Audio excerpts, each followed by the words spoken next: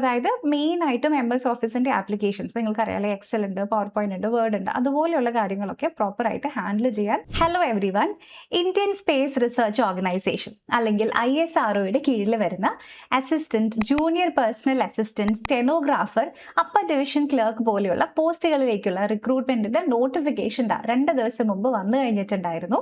അപ്പോൾ ഇവിടെ നമ്മുടെ എക്സാമിന് അപ്ലൈ ചെയ്യാനുള്ള ലാസ്റ്റ് ദിവസം എന്ന് പറയുന്നത് ഓഗസ്റ്റ് 16 തീയതിയാണ്. ഏകദേശം 244ഓളം വേക്കൻസീസ് ആണ് ഈ എക്സാമിന് അറിയിച്ചിട്ടുള്ളത്. 18നും 28 വയസ്സിനും ഇടയിൽ പ്രായമുള്ള ഗ്രാജുവേഷനോ അല്ലെങ്കിൽ ഡിപ്ലോമയുള്ള ആർക്കും ഈ എക്സാമിന് അപ്ലൈ ചെയ്യാനായിട്ട് പറ്റും. അപ്പോൾ എന്താണ് ഈ എക്സാമിന്റെ പ്രത്യേകത, ഇതിന്റെ റിക്രൂട്ട്മെന്റ് എന്തിനാണ് നടക്കുന്നത്, അല്ലെങ്കിൽ ഈ നോട്ടിഫിക്കേഷൻ ഡീറ്റെയിൽഡ് ആയിട്ടുള്ള വീഡിയോ ഓൾറെഡി നമ്മുടെ ചാനലിൽ വന്നിട്ടുണ്ട്. സോ നിങ്ങൾക്ക് അത് വേണമെങ്കിൽ ജസ്റ്റ് ഒന്ന് റെഫർ ചെയ്യാം. ഇന്നത്തെ വീഡിയോയിൽ നമ്മൾ ഡിസ്കസ് ചെയ്യാനായിട്ട് പോകുന്നത് ഈ റിക്രൂട്ട്മെന്റിന്റെ സെലക്ഷൻ പ്രോസസ്സ് എങ്ങനെയാണ് എന്നാണ്. അപ്പോൾ ഞാനിപ്പോൾ ഒരു 4 പോസ്റ്റുകൾ പറഞ്ഞു. അപ്പോൾ ഇതിലേക്ക് വരുന്ന സെലക്ഷൻ പ്രോസസ്സിൽ ഓരോന്നും ഏതൊക്കെ ടൈപ്പാണ് വരുന്നത്, ഇതിൽ നിങ്ങൾ ശ്രദ്ധിക്കേണ്ട കാര്യങ്ങൾ എന്തൊക്കെയാണ് തുടങ്ങിയിട്ടുള്ളവയാണ് നമ്മുടെ ഇന്നത്തെ വീഡിയോയിൽ നമ്മൾ ഡിസ്കസ് ചെയ്യുന്നത്. അപ്പോൾ ഇന്നത്തെ വീഡിയോയിലേക്ക് പോകാം. അപ്പോൾ തുടങ്ങുന്നതിന് മുൻപ് ഒന്നാമത്തെ കാര്യം, ഈ നോട്ടിഫിക്കേഷൻ വന്ന കാര്യം ജസ്റ്റ് ഞാനിവിടെ പറഞ്ഞിട്ടുണ്ട്. അപ്പോൾ ഇതിൽ പറഞ്ഞിരിക്കുന്ന പോസ്റ്റുകൾ എന്ന് പറയുന്നത് ഏകദേശം 4 പോസ്റ്റുകളാണ്. അതിൽ എല്ലാം തന്നെ ഈ ഒരു ക്ലറിക്കൽ അല്ലെങ്കിൽ അസിസ്റ്റന്റ് പോലെ വരുന്ന പോസ്റ്റുകളാണ്. ഡെസ്ക് ജോബ് വരുന്ന ടൈപ്പ് ഓഫ് പോസ്റ്റുകളാണ് ഇതെല്ലാം തന്നെ. അതായത് ഒരു ഫീൽഡ് ഡ്യൂട്ടി വരുന്ന ടൈപ്പ് ഓഫ് പോസ്റ്റുകളല്ല, രാവിലെ ഓഫീസിൽ പോയി വൈകുന്നേരം തിരിച്ചു വരാൻ പറ്റുന്ന പോസ്റ്റുകളാണ്. അപ്പോൾ നിങ്ങൾക്കറിയാം, ഇവിടെ നമ്മുടെ റിക്രൂട്ട്മെന്റ് നടക്കുന്നത് ISROയിലേക്ക് തന്നെയായിരിക്കും. അപ്പോൾ ISRO ഹൈദരാബാദ് ഉണ്ട്, പിന്നെ ബാംഗ്ലൂർ ഉണ്ട്, അങ്ങനെ ഒരുപാട് പ്ലേസസിൽ വരുന്നുണ്ട്. അപ്പോൾ ഇവിടെയൊക്കെ നിങ്ങൾക്ക് പോസ്റ്റിംഗ് ലഭിക്കാൻ ചാൻസ് ഉണ്ട്. ഓക്കെ, അപ്പോൾ ഇവിടെ വരുന്ന പോസ്റ്റുകൾ എന്ന് പറയുന്നത് അസിസ്റ്റന്റ്, പിന്നെ UDC അല്ലെങ്കിൽ അപ്പർ ഡിവിഷൻ ക്ലർക്ക്, JPA അല്ലെങ്കിൽ junior personal assistant and stenographer, ഈ 4 പോസ്റ്റുകളിലേക്കുള്ള റിക്രൂട്ട്മെന്റ് ആണ് ഇവിടെ നടക്കുന്നത്. അപ്പോൾ ഇതിന്റെ റിക്രൂട്ടിംഗ് ബോഡി എന്ന് പറയുന്നത് ICRB ആണ്. അത് coming under the organisation of ISRO. അപ്പോൾ 4 പോസ്റ്റുകളെ പറ്റിയിട്ടാണ് പറയാനുള്ളത്. സോ ഇതിൻ്റെ ഓൺലൈൻ ആപ്ലിക്കേഷൻ ജസ്റ്റ് ഇപ്പോൾ സ്റ്റാർട്ട് ആവുന്നതേ ഉള്ളൂ. 30th ജൂലൈ മുതലാണ് ഓൺലൈൻ ആപ്ലിക്കേഷൻ സ്റ്റാർട്ട് ആവുന്നത്. സോ ഇവിടെ ഇത് തുടങ്ങിയതിന് ശേഷം ഏകദേശം 2 ആഴ്ച വരെ, അതായത് ഓഗസ്റ്റ് 16 തീയതി വരെ മാത്രമാണ് എക്സാമിന് നിങ്ങൾക്ക് അപ്ലൈ ചെയ്യാനായിട്ട് പറ്റുള്ളൂ. അപ്പോൾ ഇവിടെ നമുക്ക് റിട്ടേൺ എക്സാമിനേഷൻ ഉണ്ട്. ഇപ്പോൾ ഈ ടൈപ്പിംഗ് പോലെയുള്ള രീതിയിലേക്ക് വരുമ്പോൾ അവിടെ ഒരു സ്കിൽ ടെസ്റ്റ് വരുന്നുണ്ട്. അതിനുശേഷം നിങ്ങളുടെ ഫൈനൽ മെറിറ്റ് ലിസ്റ്റ് ആയിരിക്കും വരുന്നത്. ഓക്കെ, അപ്പോൾ ഇത്രയാണ് ഈ ഒരു ജോബിൻ്റെ ബേസിക് ആയിട്ടുള്ള ജസ്റ്റ് ഒരു സെലക്ഷൻ പ്രോസസ്സിൻ്റെ ഒരു ഓവർവ്യൂ എന്ന് പറയുന്നത്. അപ്പോൾ ഇനി നമുക്ക് ഡീറ്റെയിൽഡ് ആയിട്ട് നോക്കാം. അപ്പോൾ ഇതിൽ ഫസ്റ്റ് നിങ്ങൾ ചെയ്യേണ്ട കാര്യം ഡെഫിനറ്റ്ലി നിങ്ങളുടെ ആപ്ലിക്കേഷൻ തന്നെയാണ്. ആപ്ലിക്കേഷന് ശേഷമാണ് റിട്ടൺ ടെസ്റ്റും സ്കിൽ ടെസ്റ്റും എല്ലാം വരുന്നത്. ഓക്കെ, അപ്പോൾ ഇവിടെ നമ്മൾ റിട്ടൺ എക്സാമിനേഷൻ്റെ പ്രത്യേകത എന്ന് പറയുന്നത് ഇത് കംപ്ലീറ്റ്ലി ഒബ്ജക്റ്റീവ് ആയിട്ട് വരുന്ന ഒരു റിട്ടൺ എക്സാമിനേഷൻ ആണ്. ഒബ്ജക്റ്റീവ് എന്ന് വെച്ചാൽ എന്താ അതിൻ്റെ അർത്ഥം? ഇവിടെ ഡിസ്ക്രിപ്റ്റീവ് പേപ്പർ ഒന്നും തന്നെ വരുന്നില്ല. സോ ഇവിടെ നിങ്ങൾക്ക് ഒരു ക്വസ്റ്റ്യൻ തന്നിട്ടുണ്ടാകും, അതിൽ ശരിയുത്തരം അടക്കം കറക്റ്റായ ഒരു ചോയ്സ് അടക്കം മൾട്ടിപ്പിൾ ചോയ്സസ് തന്നിട്ടുണ്ടാകും. അപ്പോൾ ഇതിൽ നിന്നും നിങ്ങൾ കറക്റ്റ് ആയിട്ടുള്ള ആൻസർ കണ്ടുപിടിക്കുക. സോ ഇതാണ് നിങ്ങളിവിടെ ചെയ്യേണ്ട ഒബ്ജക്റ്റീവ് എക്സാമിനേഷൻ എന്ന് പറയുന്നത്. സോ ടോട്ടലി 150 മിനിറ്റ്സ്, അതായത് ഏകദേശം 2.5 മണിക്കൂറിലേക്കായിരിക്കും ഈ എക്സാമിനേഷൻ നടക്കുന്നത്. ഇന്ത്യയിലുടനീളം 38 സിറ്റീസിൽ ഈ എക്സാമിനേഷൻ നടക്കുന്നുണ്ട്. അപ്പോൾ ആ നോട്ടിഫിക്കേഷനിൽ നിങ്ങൾക്ക് നോക്കിയാൽ അറിയാം നിങ്ങളുടെ ഏറ്റവും അടുത്തുള്ള സിറ്റി ഏതാണ് എന്നുള്ള കാര്യം. സോ ഈ റിട്ടൺ ടെസ്റ്റ് ക്വാളിഫൈ ചെയ്യുന്നവരാണ് നമ്മുടെ അടുത്ത സ്റ്റേജിലേക്ക് പോകുന്നുള്ളൂ. ഓക്കെ, അപ്പോൾ ഇതിൽ നമ്മളിപ്പം എലിജിബിലിറ്റി നോക്കുകയാണെന്നുണ്ടെങ്കിൽ, അതായത് UDC പോസ്റ്റുകളിലേക്കും അപ്പർ ഡിവിഷൻ ക്ലർക്കിൻ്റെ പോസ്റ്റുകളിലേക്കും പിന്നെ അസിസ്റ്റൻറ്റിൻ്റെ പോസ്റ്റുകളിലേക്കും നിങ്ങൾ അപ്ലൈ ചെയ്യണമെന്നുണ്ടെങ്കിൽ നിങ്ങൾക്ക് മിനിമം 60% മാർക്കെങ്കിലും ഡിഗ്രിക്ക് വേണം. സോ ഇങ്ങനെയുള്ളവർക്കാണ് ഇതിന് അപ്ലൈ ചെയ്യാനായിട്ട് സാധിക്കുന്നത്. സോ പ്ലീസ് റിമെമ്പർ ദാറ്റ്, അതായത് ഈ തന്നിരിക്കുന്ന ഈ ഒരു സമയത്തിനുള്ളിൽ നിങ്ങൾ ഡിഗ്രി കംപ്ലീറ്റ് ചെയ്തിട്ടുണ്ടാവണം. ആൻഡ് ഓൾസോ നിങ്ങൾക്ക് കമ്പ്യൂട്ടർ പ്രൊഫിഷ്യൻസി ഉണ്ടാവണം. കാരണം ഇതെല്ലാം തന്നെ ക്ലറിക്കൽ അല്ലെങ്കിൽ ഡേറ്റ എൻട്രി എന്നൊക്കെ പോലെ വരുന്ന ടൈപ്പ് ഓഫ് ജോബ് പ്രൊഫൈലുള്ള ജോലികൾക്കൊക്കെ തന്നെ കമ്പ്യൂട്ടർ പ്രൊഫിഷ്യൻസി വളരെ ഇമ്പോർട്ടൻ്റ് ആണ്. ഇനി അതുപോലെ തന്നെ ജൂനിയർ പേഴ്സണൽ അസിസ്റ്റന്റ് അല്ലെങ്കിൽ സ്റ്റെനോ പോസ്റ്റിലേക്ക് നിങ്ങൾ അപ്ലൈ ചെയ്യുന്ന സമയത്ത് അവിടെ നിങ്ങൾക്ക് വേണ്ടത് ഡിഗ്രിയാണ് ആക്ച്വലി മിനിമം യോഗ്യത. അവിടെയും 60% മാർക്കാണ് വരുന്നത്. ഇനി അതല്ല, നിങ്ങൾക്ക് ഡിഗ്രി അല്ല ഒരു ഡിപ്ലോമയാണ്, അതായത് ഇപ്പം കൊമേഴ്ഷ്യൽ അല്ലെങ്കിൽ സെക്രട്ടേറിയൽ പ്രാക്ടീസിൽ നിങ്ങൾക്കൊരു ഡിപ്ലോമ ഉണ്ട് എന്നുണ്ടെങ്കിലും അവിടെ 60% മാർക്ക് ഉണ്ടെങ്കിലും നിങ്ങൾക്ക് ഈ എക്സാമിന് അപ്ലൈ ചെയ്യാം. പക്ഷേ അതിൻ്റെ കൂടെ തന്നെ നിങ്ങൾക്ക് ഒരു എക്സ്പീരിയൻസിൻ്റെ സർട്ടിഫിക്കറ്റും കൂടി വേണം. സോ ഡിഗ്രി ഉള്ളവർക്ക് എക്സ്പീരിയൻസിൻ്റെ ആവശ്യമില്ല. ഡിഗ്രി ഇല്ലാത്ത കാൻഡിഡേറ്റ്സിന് 1 ഇയർ എക്സ്പീരിയൻസ്, അതായത് ഒരു സ്റ്റെനോ ആയിട്ടോ ടൈപ്പിസ്റ്റ് ആയിട്ടോ ആയിട്ടോ അല്ലെങ്കിൽ സ്റ്റെനോഗ്രാഫിയിൽ നിങ്ങൾക്ക് 1 ഇയർ എക്സ്പീരിയൻസ് ഉണ്ട് എന്നുള്ളതിൻ്റെ ഒരു സർട്ടിഫിക്കറ്റ് നിങ്ങളുടെ കയ്യിൽ ഉണ്ടായിരിക്കണം. ഇനി അതായത് മിനിമം ഒരു 60 വേർഡ്സ് പെർ മിനിറ്റ് നിങ്ങൾക്ക് ടൈപ്പ് ചെയ്യാനുള്ള പ്രൊഫിഷ്യൻസി സ്പീഡ് ഉണ്ട് എന്നതിൻ്റെ ഒരു മാൻഡേറ്ററി ആയിട്ടുള്ള റിക്വയർമെൻ്റ് ആയിട്ടും വരുന്നുണ്ട്. അപ്പോൾ ഇതൊക്കെ ശ്രദ്ധിക്കുക. ഇതൊക്കെ തന്നെ നിങ്ങൾക്ക് ഡിഗ്രി ഇല്ലെങ്കിലുള്ള കാര്യമാണ്. ഇനി അതല്ല, ഡിഗ്രി ഉള്ളവരാണെന്നുണ്ടെങ്കിൽ ഡെഫിനറ്റ്ലി നിങ്ങൾക്ക് ഈ എക്സാമിന് ഡിഗ്രിയുടെ 60% മാർക്ക് വെച്ചിട്ട് തന്നെ അപ്ലൈ ചെയ്യാനായിട്ട് സാധിക്കും. ഓക്കെ, അപ്പോൾ ഇതാണ് ഇമ്പോർട്ടൻ്റ് ആയിട്ടുള്ള ഒരു കാര്യം.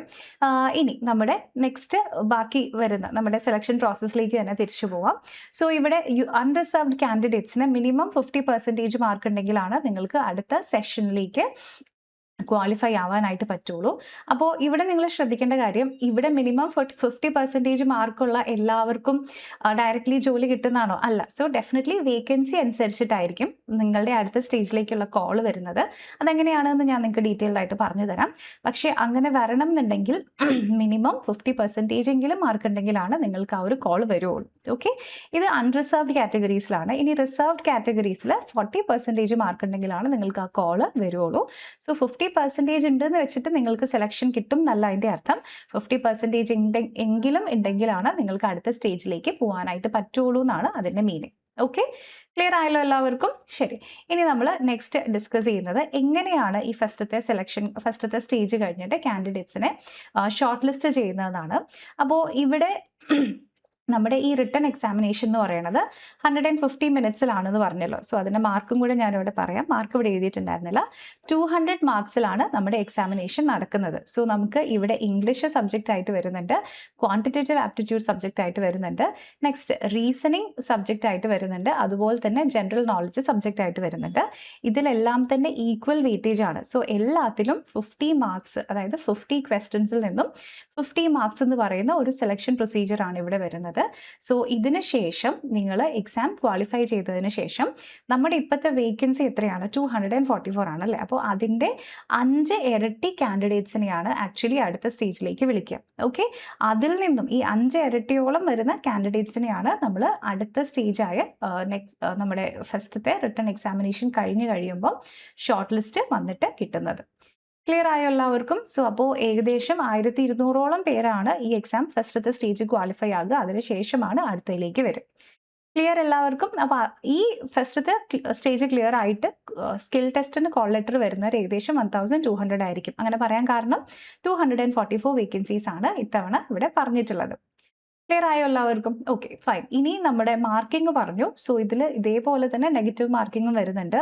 0.25, അതായത് 1/4 ഓഫ് ദ ആക്ച്വൽ മാർക്കാണ് നിങ്ങളുടെ നെഗറ്റീവ് മാർക്കിംഗ് ആയിട്ട് ഇവിടെ വരുന്നത്. ഓക്കെ, ഇനി അടുത്തതായിട്ട് skill test for assistant and UDC. അപ്പോൾ അസിസ്റ്റന്റിനും UDCക്കും വരുന്ന ടെസ്റ്റും JPAക്കും ജൂനിയർ പേഴ്സണൽ അസിസ്റ്റന്റിനും സ്റ്റെനോഗ്രാഫറിനും വരുന്ന ടെസ്റ്റും വ്യത്യാസമുണ്ട്. അപ്പോൾ ഇവിടെ അസിസ്റ്റന്റിനും UDCക്കും കൂടെ ഒറ്റയൊരു ടെസ്റ്റ് മാത്രമേ ഉള്ളൂ.